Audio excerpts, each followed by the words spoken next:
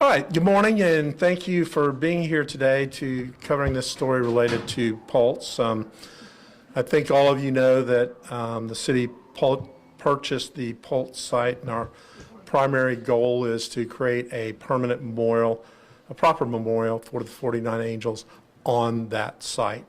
So key to ensuring this process for us is to make sure that it's done in a transparent way. We want to engage the family members, the victims, the survivors, the first responders, and everybody that has a stake in this issue.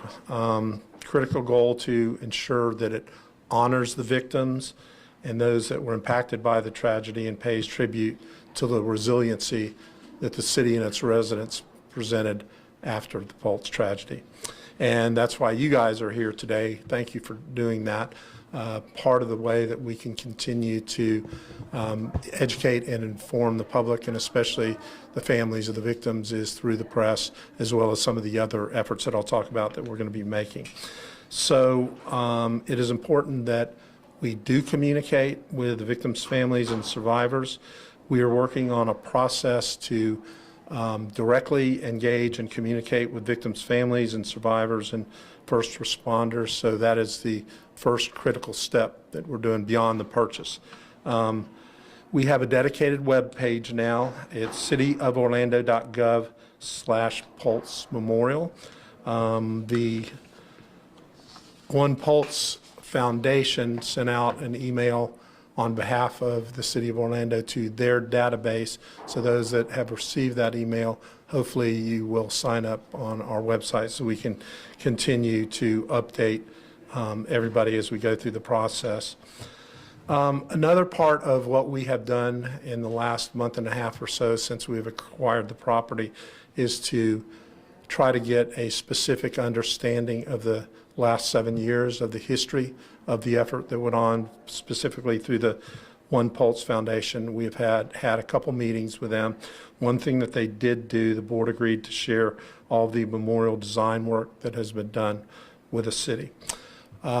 We also, I don't think when we purchased the site and then realized that they would be winding down the foundation, needed to understand what other activities they were involved in other than trying to develop the memorial and the museum site.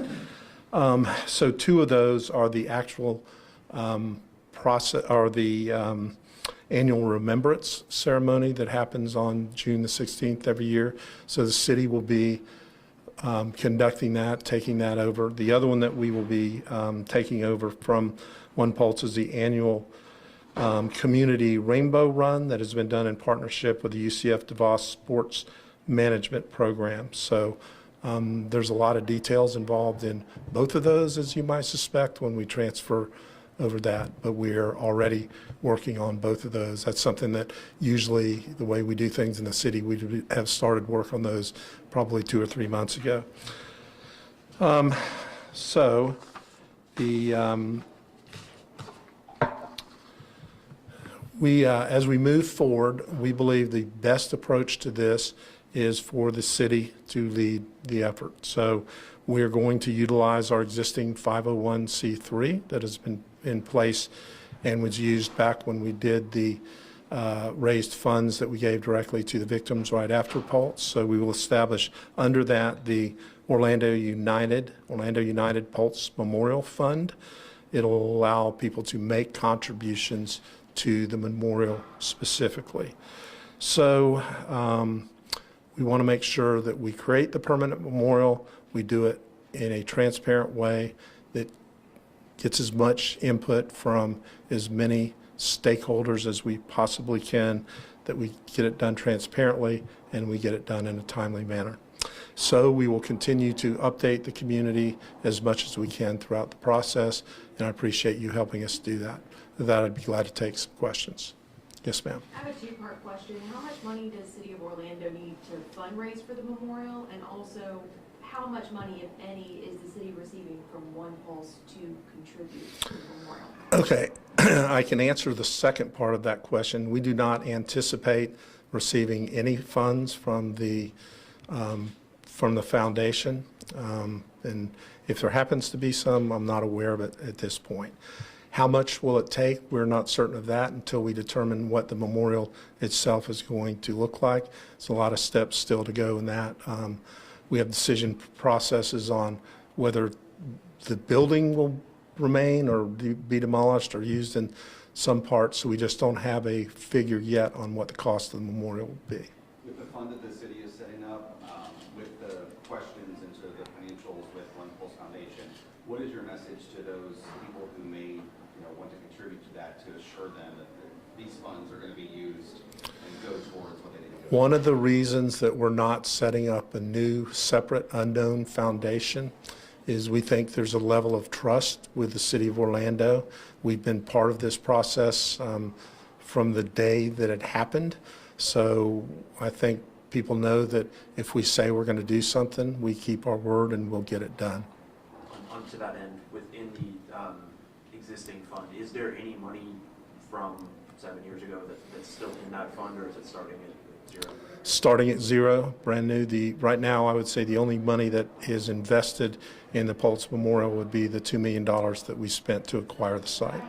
One Pulse Foundation and many of its former employees have said the money just wasn't coming in, that they were struggling to get those donations. What makes it different with the city, and how do you plan to raise the money? I think the same question, or that I just answered, is a level of trust in the City of Orlando to do what we say. Most of the things that we have said that we were going to take on and do, we have done. So there's a level of trust. And then the transparency and the accountability that's going to be part of the process. Mayor, in your discussions with the One Pulse Foundation, have they provided any lessons learned or beware of these pitfalls that you can learn from as a city to not repeat some of the things they may have done? I don't know if it's a lesson learned, but I think that perhaps they lost focus on the primary mission of creating the memorial and had a lot of focus on creating the museum. We are solely focused on creating the memorial.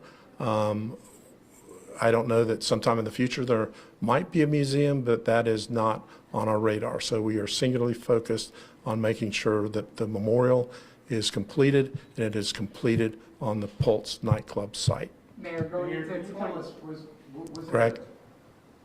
in hindsight, it's always 2020, was it a mistake that the city did not take this over from the beginning? So that You know, had to get to this stage? it turned out that that wasn't an option, because from the very beginning, when we were a little bit concerned about whether the property might be sold for some other use, we offered to purchase the property, and we actually had negotiated a contract to do that 7 years ago.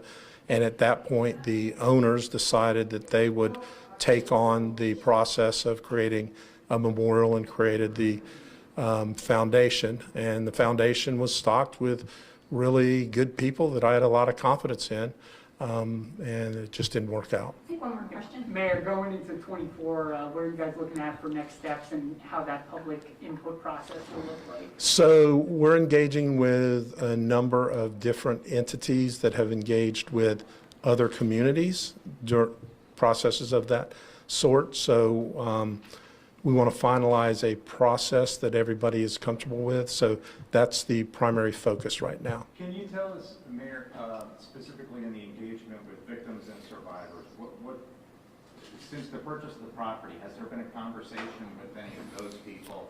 And going forward, can you explain the process for engaging them in any design that happens? So the first part is to identify and make sure we have the ability to contact as many of the individuals, either family members or victims or other folks that have an interest. So building that database, and then we are going to seek a number of different methods to contact and engage them.